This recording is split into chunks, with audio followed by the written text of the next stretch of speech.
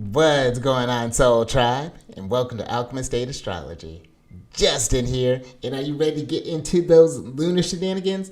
We're in an interesting time where there's no just purely challenging pockets and purely easy pockets. It's all kind of mixed in there together. Mixed bag of a week there. But I think it's going to be an interesting one to kind of navigate there. One to I think really kind of see, how to bring those extremes together, when you do have those energies kind of going at the same time there, but we'll get into all that here in a moment. But if you're new here, again, my name is Justin, and one of the things that I do in this channel is talk about the lunar shenanigans, which is the astrology of the moon, what sign it's in, what phase it's in, when it happens to go void of course, and just to get a general feel of the energies as the moon is, transmitting these energies to the different celestial bodies, the different signs that could signify there. So, and just kind of help guide us through the week, get a feel of it with the moon. But before we jump into that, if you want to support the work that I'm doing further, down in the description box, there's a link for my Patreon page where I have a couple of tiers there, but one of them is for the monthly podcast that I do, which is the Lucky Day podcast. And that just covers the auspicious dates of each month for whatever endeavor that you're wanting to initiate. So if that's something that you're interested in, definitely check that out. And that's all the things that I got for you there. So let's go ahead and get into this thing here, because I'm going to be covering the week of November 25th through, look at that, December 1st. we're in December, almost in December now. And for those of you, if you're interested, I'm exploring my inner artist here, so I hope you've been enjoying this. Because I'm just like, I love Canva. let's go. Moving on. Let's talk about the 25th of November. It's going to be a Tuesday, depending on where you're at. And before the moon, oh no, actually, no, the moon's going to chill in Capricorn for like a couple hours. And then the moon at around 2:15 a.m. Pacific time, the moon is going to move into Aquarius. So we're still under that Saturnian influence, which, Saturn, speaking of a mixed bag, Saturn is in this nice aspect, because that's the ruler of the moon, is in this nice aspect with Jupiter and has been with it for a while. It's going to start separating here soon, which is, it's fine. it's fine. But look at that, Venus is right there too. So Saturn's not in the worst shape overall, but it does still have, there's this incoming pretty hot too, Mars and Sag energy that's kind of building up there. And this is where it's good, when the moon enters into a new sign, the first thing to do really just kind of get a lay of the land. What is everyone doing? How are they looking at the moon? And that gives you a good idea, because the moon's not being witnessed by Saturn right now, so that's great. Even though it's in a sign, which is like, man. But it's nice too, because at least it's not an aspect with Big Papa, which is kind of stinks. But it has Venus there. We got Venus, we got Mars, we got the Sun, and we got Mercury there. And overall, it's harder aspects that's going to be happening with Mercury and Venus, which we'll talk about here in a moment. And even though it's being witnessed, but kind of overcome by Mars here, at least it's a sextile, which we'll talk about here in a moment. But it's like, if we're going to have we'd rather have no conversation with the malefics like we have here kind of with Saturn. But at least if we're going to have, that they're going to be witnessing us, at least we want it to be an easy one. But when you think about just the moon and Aquarius in general, one, if you have any fixed placements, that's going to be Aquarius, Taurus, Leo, or Scorpio, this moon may be working a little more actively with you there, so definitely pay attention to that. But the moon, is when it's in Aquarius. Aquarius is traditionally ruled by Saturn, and they're the fixed air sign. They're one of the diurnal signs, so active in nature. When I think about Aquarius and just the kind of Saturnian signs, let me go back. The Saturnian signs, there's this profundity with them. There's a deep, especially with Aquarius, I think there's a strong intellect with them to be able to hold that air, to be able to have that sense of focus, that sense of concentration. I think that discipline, that strictness, I think that Saturn can deliver to that energy. So this is one where we do get more in the mental there. So, and be mindful of that. Be mindful of the things that, and pay attention to the thoughts that you find yourself particularly getting stuck on, because that's a fixed sign trait. As someone who has like a preponderance of fixed energy, or of celestial bodies and fixed signs, that's something. It's really easy to, I think, on the positive side, to when a fixed sign is going to stick to something, they're going to see it through. But on the minus side of that is, once they do get started, those can be hard to get them off track, or get the kind of veer off that. It can be that's where that stubbornness can kind of come in there, especially when we're thinking about the mind. We can see where when we have a certain belief or certain thought in things, when that's challenged, that can create this sort of dissonance in the body there. So just something to kind of tune into. I think whenever the moon is in air energy, that's a great time to socialize, to kind of talk about some things. And with the moon in Aquarius, maybe talk about a little more kind of serious things. There's a bit of somberness that gets delivered, but Aquarius is still a very social sign. It's an air sign. Saturn can be funny. It may have a bit of a twisted humor, but Saturn can still deliver. So that's just something to think about there. Maybe talk with some friends, or maybe doing some kind of writing, like any kind of like journaling things, a lot about something along those lines. Maybe do some sort of like group activities, whatever that may be looking like. But that could be a great way of working with the Aquarius energy. And then the moon is going to complete an aspect with the sun, and it's going to be a sextile with the sun, and that's going to happen at about 9:27 a.m. Pacific time, and it's going to be at 3 degrees and 42 minutes of Aquarius and Sag, respectively. And when you think about the moon sextiling Saturn, or let me talk about the sextiles, that's when the celestial bodies are 60 degrees apart, as they are here by sign. And the sextile is similar to the trine, where it has this beneficial and kind of sympathetic nature, but it's a little bit weaker than the trine. It requires a bit more initiative to get the opportunities and things and benefits that come with it, but it still can deliver. It reminds me of, I was thinking of this kind of scenario here, where I remember my lessons teacher once had told me, when I was getting sax lessons, if you wanted to get an idea of like how vibrato can sound on a saxophone, to look to different cello players, because they're in the same similar octave to the tenor sax that I played. And it helped, and it was very useful. That was like, it really kind of changed how I listened to music, how I relate, and how I could think how to translate that in through my instrument. And so that's where these sextiles can kind of create there, where I could have just that could have just been something he told me, something kind of like a neat fact, and just kind of went about my day. But when you explore those opportunities there, it could can open up some doors that you hadn't thought of there before. And the nice thing, I think, when you think about the sun and the moon, that's the body connecting with the mind body soul connection there, an opportunity to just kind of be in tune with oneself, to feel overall good, that hopefully that kind of sense of, even with everything that's going on, you feel like you're on maybe doing some things that can help you feel like you're on track, in a sense. Maybe kind of just kind of take stock of the things around you there. Think about where you want your resources to flow, and things like that. What can further fuel that soul growth, in a sense. So just something to kind of think about there. Just kind of starting off, and look at that. I told you we're getting real deep here when we're talking with Aquarius. But let's keep moving on here, because we get to the 26th of November, the moon's still waxing, and that's kind of nice too. The moon is building in light there, so get out there and see that moon. The moon's smiling at us. But the moon is next going to form that sextile that we were talking with Mars. And one thing, though, that even though it is an easier aspect, that's more of the constructive qualities of the malefic can come out, Mars is still one of the malefics, so lesser malefic. And Mars can still bring about this sense of agitation. There could, it's the taking of good things, when we're talking with Mars. So this could be where maybe you had to, I'm trying to think what would be like a good example.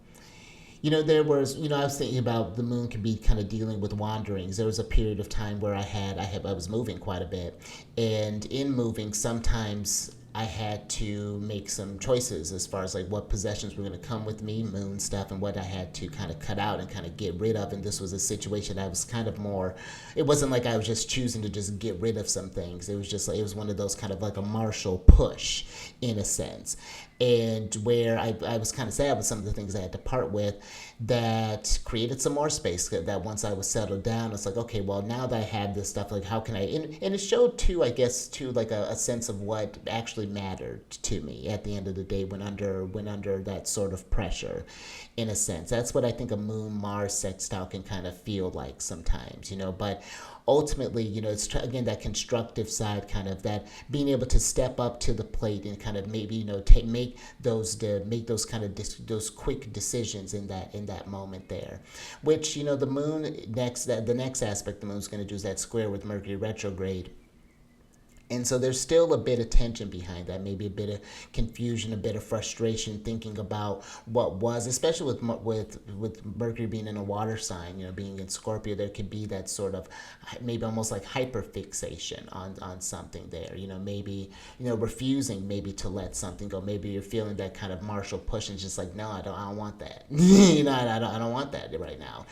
So that could be another way that I could see this kind of energy kind of move, kind of maybe showing up maybe personally, but just even on like a collective standpoint, I think whenever Mars is kind of in the mix there, that there's going to be more, there could be more activity in the collective, just about just looking about your day to day, seeing when Mars is active and kind of comparing that to what's going on there, maybe an opportunity to, and if you sense that kind of like, and feel like, why is there a bunch of people out here? It's like, oh, right, that energy's been kind of building up.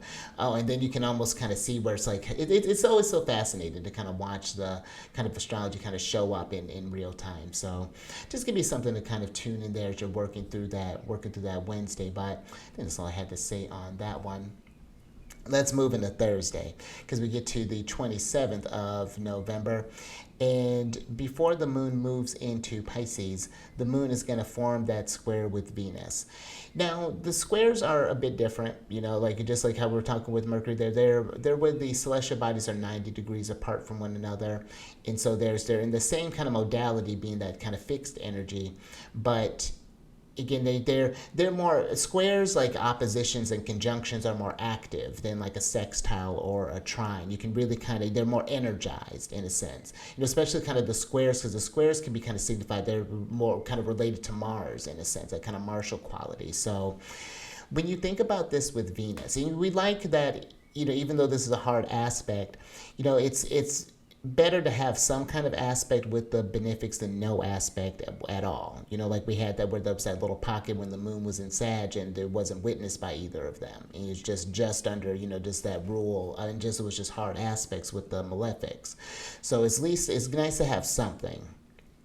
But there's still tension with that, I think, a little bit with that Venus. And something that I was kind of thinking about as an example of that, sort of like, this gives me it made me think about that time when there were the fires that were here. This would have been a few years ago, and the air quality was really, really harsh. Like it was, you borderline in some areas. It was very dangerous, and so it's like in order, and it made me think about that kind of idea with the moon was associated. I've been reading some of Adius Valens, his anthology, and how the moon was associated with the breath. And you think about Venus being the lungs that need, there could be that need for clean air, which is a very nice thing, a very nice quality, but there may need that square, that tension is like needing to move, maybe needing to relocate in order to get that freshness, that clean, that cleanly air, that purified energy that Venus can bring, or this could be a need, but see, maybe feeling, maybe you've been working the body too hard, and this is coming up in the state. In order to get that sense of equilibrium, there's just like that exhaustion. You just kind of hit a wall, and it's just like, oh, now I just need to nap. I need a rest. I need to do this. Take care of oneself. That could be another kind of personal thing that maybe this moon square Venus can come up, but it's ultimately trying to lead to that sense of harmony, with Venus. Venus is what the lesser benefic, it's a benefic, and it's wanting to bring that sense of goodness, and it could even be looking at things, because another interesting thing that I've been, kind of learning when and reading this book's like Venus was associated with poisons, interestingly enough. And it could be looking at some of the things that maybe, maybe kind of poisoning the body in a sense. I mean, hopefully not literally, but just looking at things that the body doesn't respond to as well. I'm just thinking about where, as much as I like ice cream, growing up, but ice cream didn't like me too much, and where it was kind of sad having to cut that out. Then gelato eventually came in my life, and I get it. Then that's been a whole new love affair, and life is good. So it's like sometimes it's like that. It's that when we get thrown out of balance, that we take that initiative to get back in balance, and that's Venus. Venus is what's represented by the kind of the sextile energy. So it's it's readily available, but we have to take those leaps. Otherwise, it's the moment passes, and then we're still sleep deprived or still whatever's happening. So just something to think about with the moon squaring Venus. But then the moon moves into Pisces, and that's going to happen at about 11:23 a.m. and that's again Pacific time. And this is nice. This is another one. This is kind of a mixed bag, because this is going to be a very busy time for the moon. When we're just looking at that sign ingress, because by sign the moon is going to be talking with all of the celestial bodies. It's going to square the sun. It's going to trine Mercury and Venus. It's going to square Mars. It's going to form a conjunction with Saturn. It's going to trine Jupiter. So the moon's going to be busy, in this, leading up to this energy. And it's interesting that the moon starts off, with that ending off the day in that first quarter energy that's going to happen at about 10:58 p.m. Pacific time, and that's where the moon forms a square with the sun. And so now the body's, feeling maybe a little bit out of sorts there. There's a bit of, again, a kind of agitation that, sometimes the squares can feel just, inharmonious, and feeling just there's an uncomfortableness, when we're working with the squares there. So this could be feeling a little unsettled, feeling this, it just, again, like maybe just something just kind of building up in the body. There's a sense that the energy's changed. So.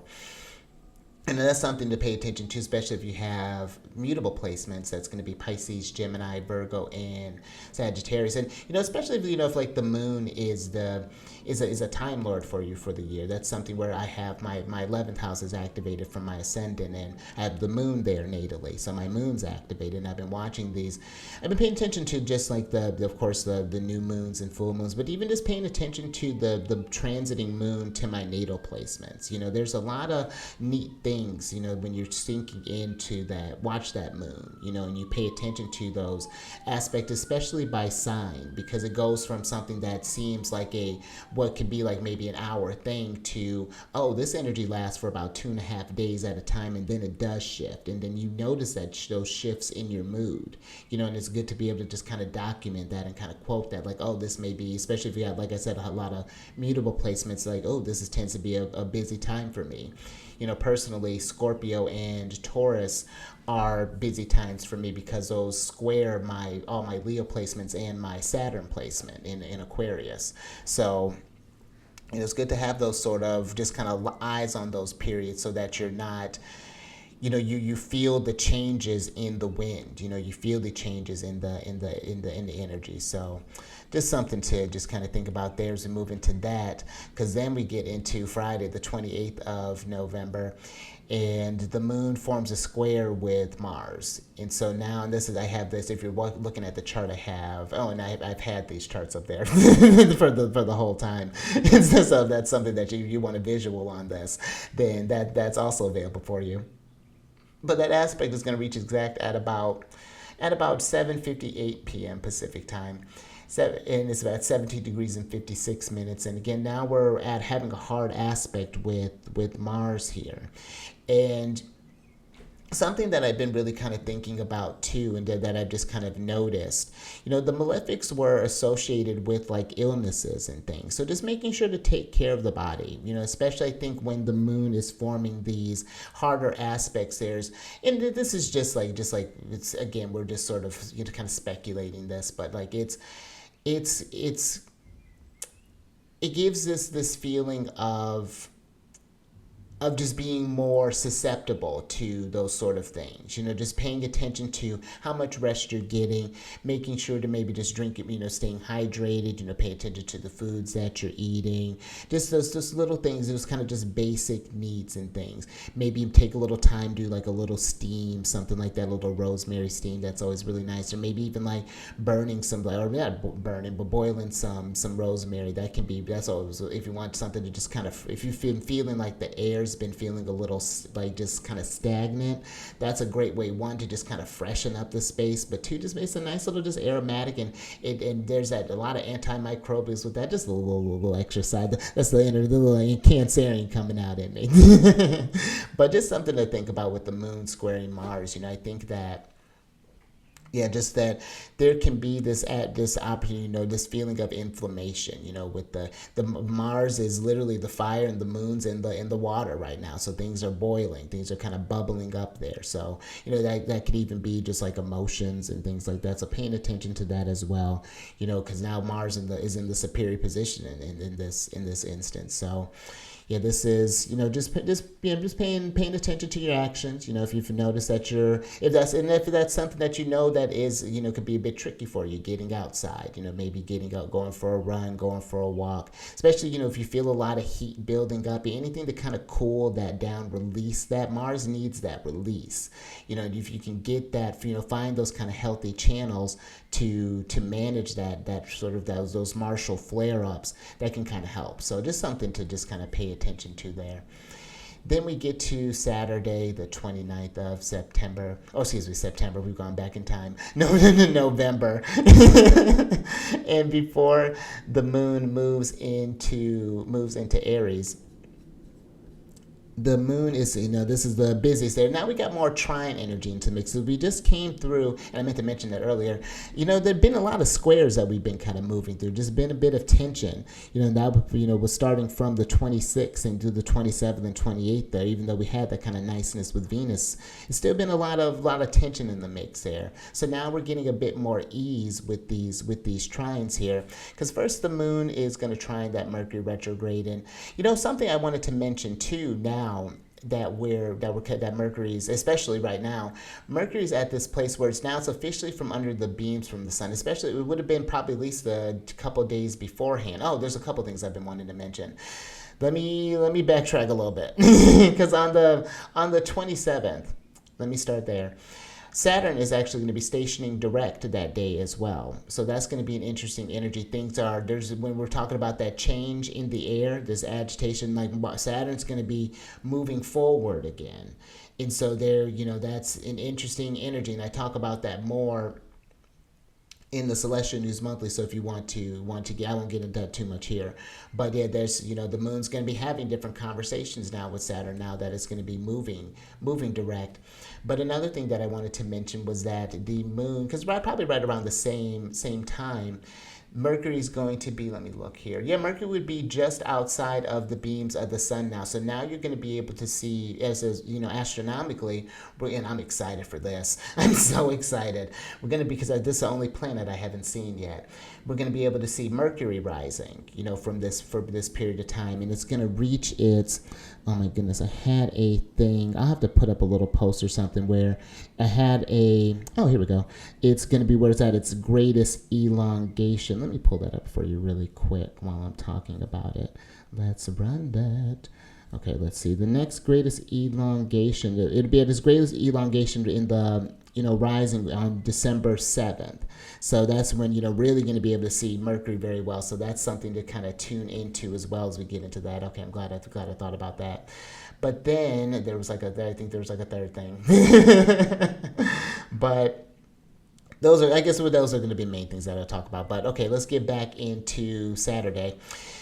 Because, yeah, the moon's going to be forming a trine with that Mercury retrograde. And now that Mercury is from under the beams from under the beams of the sun, it is going to be, it's under the beams, it's weakened by that solar energy. And on top of that, it's been retrograde. But now this could be really kind of feeling a sense of like, oh my gosh, things are making more sense, things are moving, things are just clicking, kind of mentally there when we're thinking about those just sort of like mercurial traits there.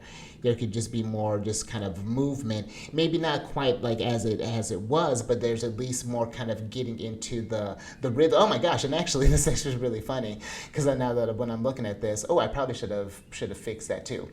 But before, actually around the time that the moon's going to move into Aries, Mercury's going to be stationing direct today too. So that's actually really great. So that's where all that clarity is coming from too. And now look, we're feeling good again. The moon will trine Jupiter, and that could just be feeling that faith of like, okay, things are, Jupiter's just a relief from bad things. When I really, one thing that I've really noticed about when you, especially looking at like sort of like the ancient interpretations of Jupiter, going back to like the kind of the Hellenistic periods, is they're very simple.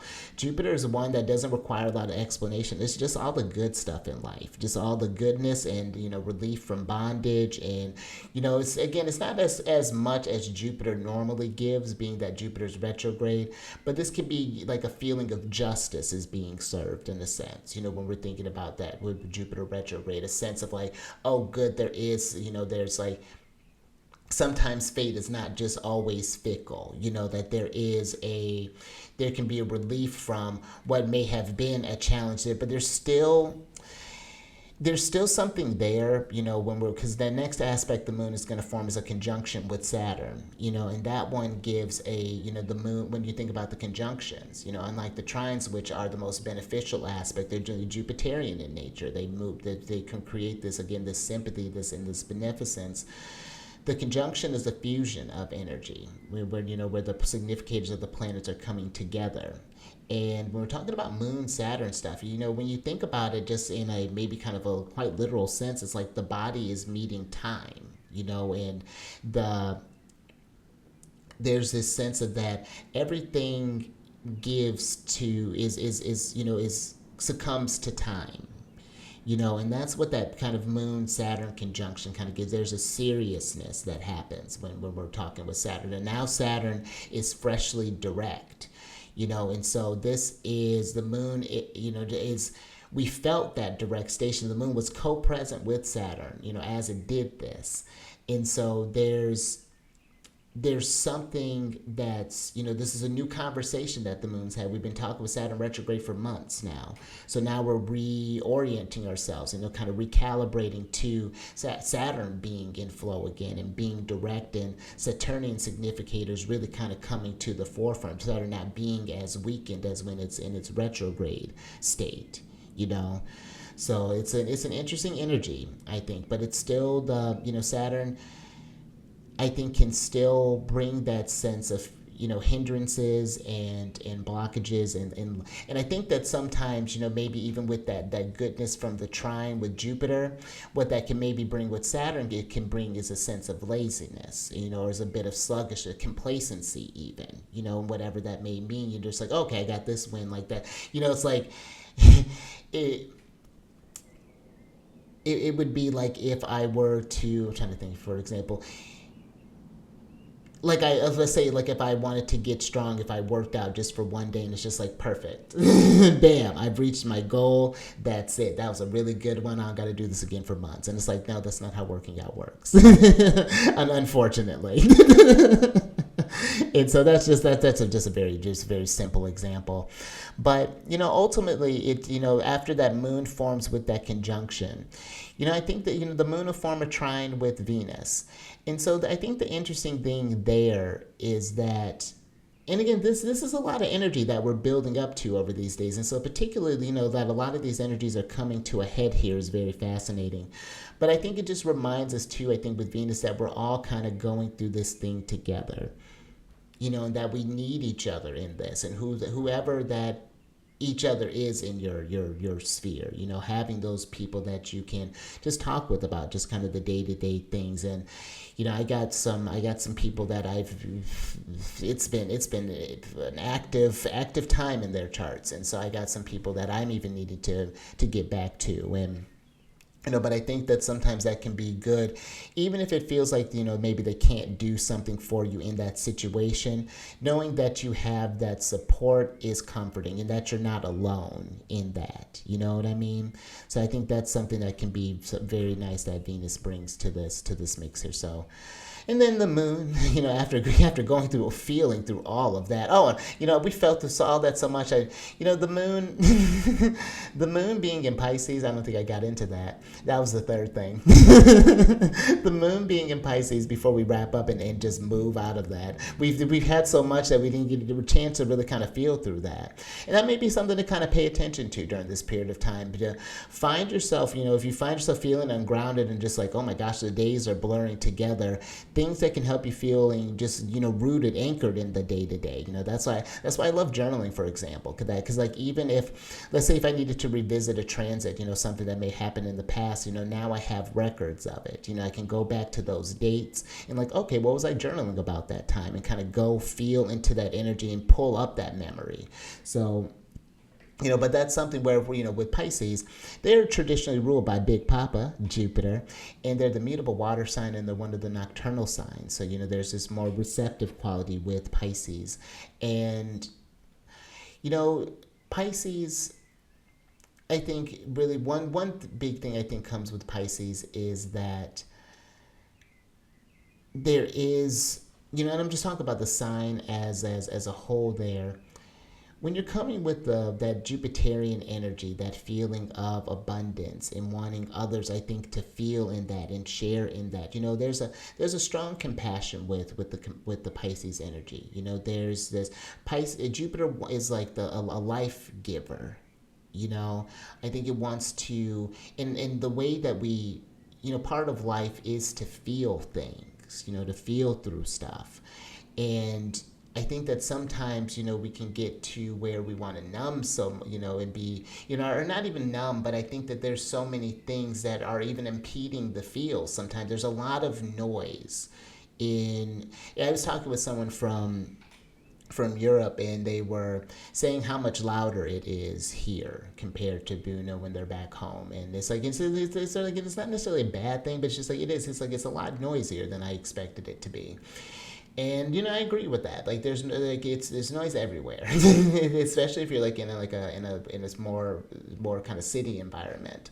So, and I think that with all of those things, and Pisces, I think, is a very porous energy, and it's one where I think if we're not paying attention to the things that are going through, so we don't take times to be in the body and kind of feel through that. And that could be just like paying attention to the things that we're eating, just how are we feeling, and yes, emotionally, of course, but even just physically, how are we feeling? Do things feel tight?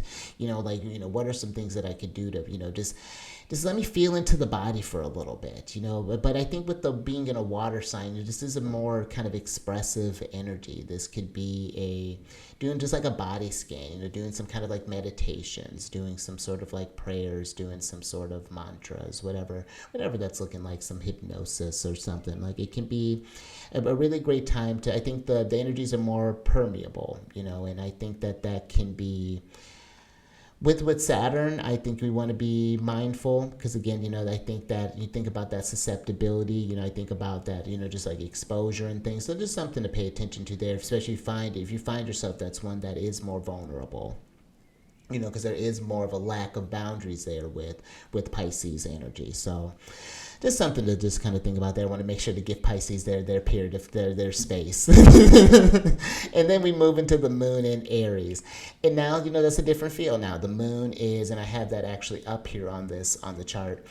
And the moon in Aries is more fiery, it's more active. It happens at about 5:07 p.m. Pacific time, if I didn't mention that.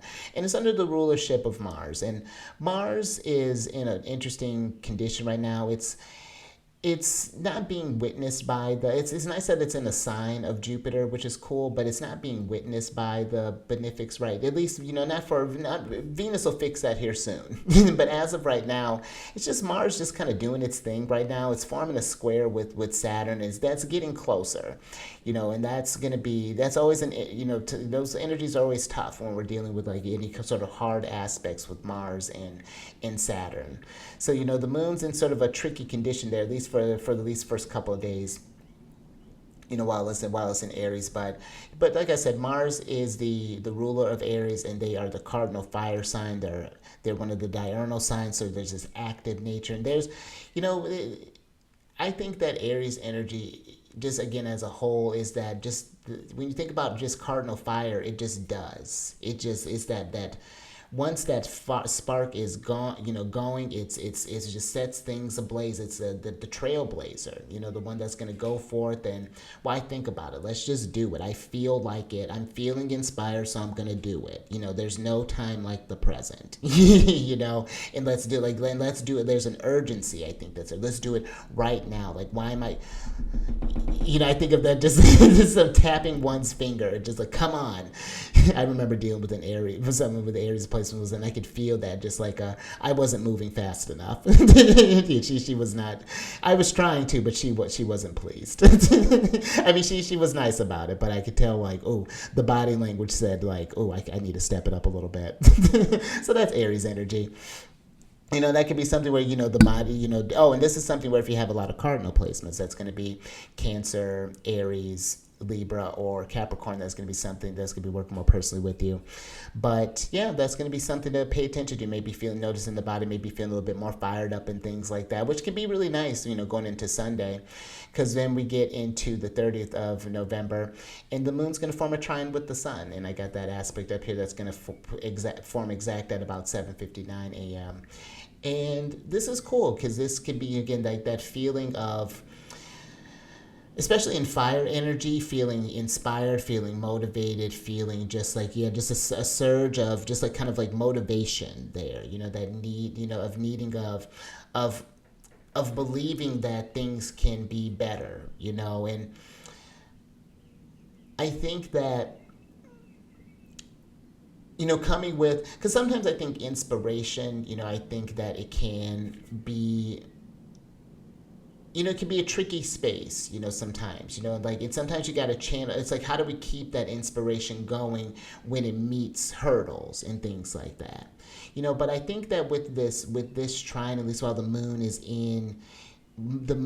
in Aries, it just feels like a lot of motion, particularly that's going to be happening there. And I talk about this movement just because too, we get to the last day here, just sit down. Now we're in December 1st, and before the moon moves into Taurus, the moon is going to form a trine with Mars, and it's going to square Jupiter. But first, that trine with Mars. Mars, it's a more beneficial aspect, but it's still with the malefic there. But it can be a bit more where more constructive things can happen, where Mars can be a more courageous energy when channeled constructively, and it can be one that can allow us to face our challenges head on without thinking about it, where it's just like, I just got to do this thing, let's just get it done, get it over with, tackle it, and you feel better afterwards. Yeah, it was hard, but you know what, it'll help you. It's that push to get through that thing just a little bit further, just one more mile, I got this.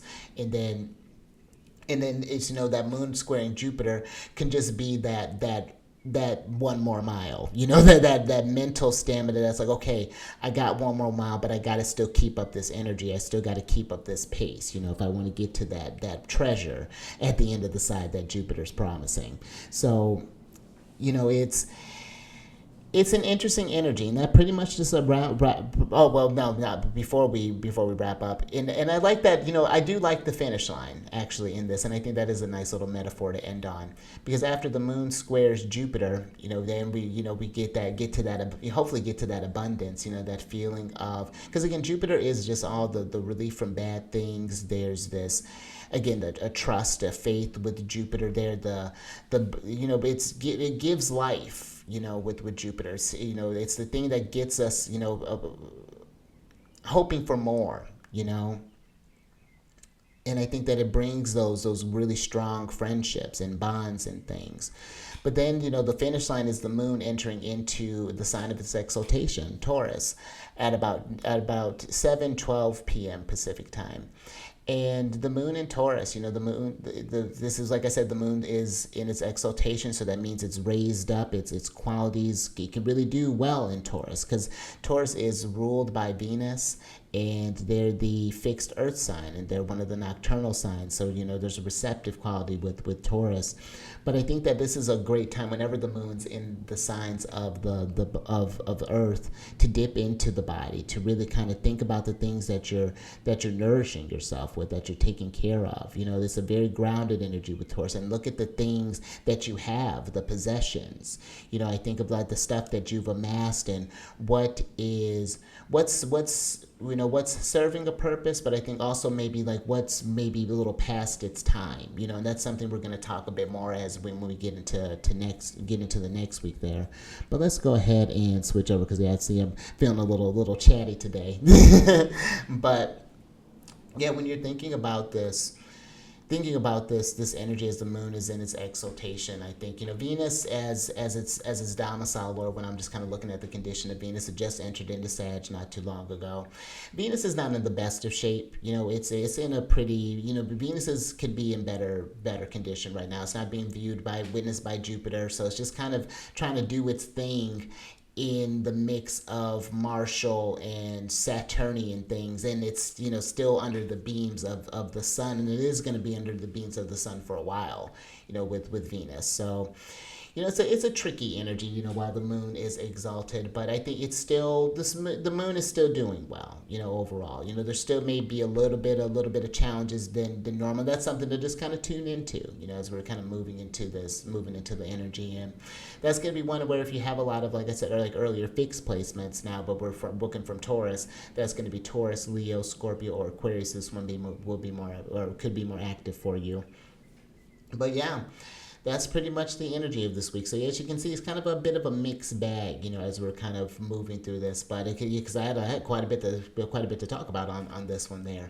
Been feeling more inspired as of as of late. Because I've been reading a lot of the work of the ancients, and there's been really some really cool stuff that I've been coming across there. So, and been wanting to just kind of share, sharing as my thoughts evolve on this and things, and as we move through these, through this time. But I think overall this is, the moon's being raised up. The moon's trying to come into a state of exaltation, and so let's just be exalted for a while, until the moon changes signs, and then the air changes again. But yeah, that's all I got for you there. So if you like that, if anything resonated with you, thumbs up, and leave a comment. Let me know how you've been working through these energies each week. It's been, I would say last week was pretty interesting. It was the one day, it was sometime in the middle of the week, Wednesday or Thursday. That one was a little busy. That was I think a little more active than normal, a little bit of interesting stuff. I think the moon was forming a conjunction with Mars right around whatever day that was. That was a little interesting little hot pocket there. With the sun entering into Sag, that's been I like Sag season. I overall like Sag season. There's a lot of harmonious aspect, there's opposing my moon, but that usually gets out the way pretty early. So it's, that's always really interesting to think about.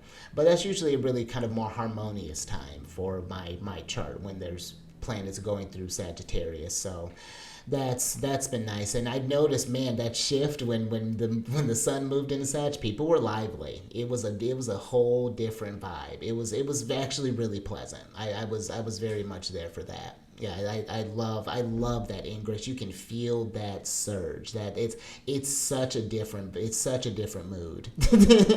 it's such a different mood. Not that I don't like Scorpio season. I do like Scorpio season too. But yeah, Sag season is just more harmonious for me. But yeah. Let me know how this week's been going for you. Yeah, because I was talking with some of the Virgo rising, and yeah, that was yeah, they were feeling that new moon too, and yeah, but it was happening very close to placements in our chart, so that was actually really fun to trade notes about that too. But yeah, how's that? Let's trade notes. Let's were any sort of points activated for you? If there were any time lords activated. If that's something where if you want to learn more about that, if you want to see how these are more coming up more personally for you, you can book a consultation with me down in the description box below. And if you have any questions about the services that I provide, my email's down there as well. So definitely check that out.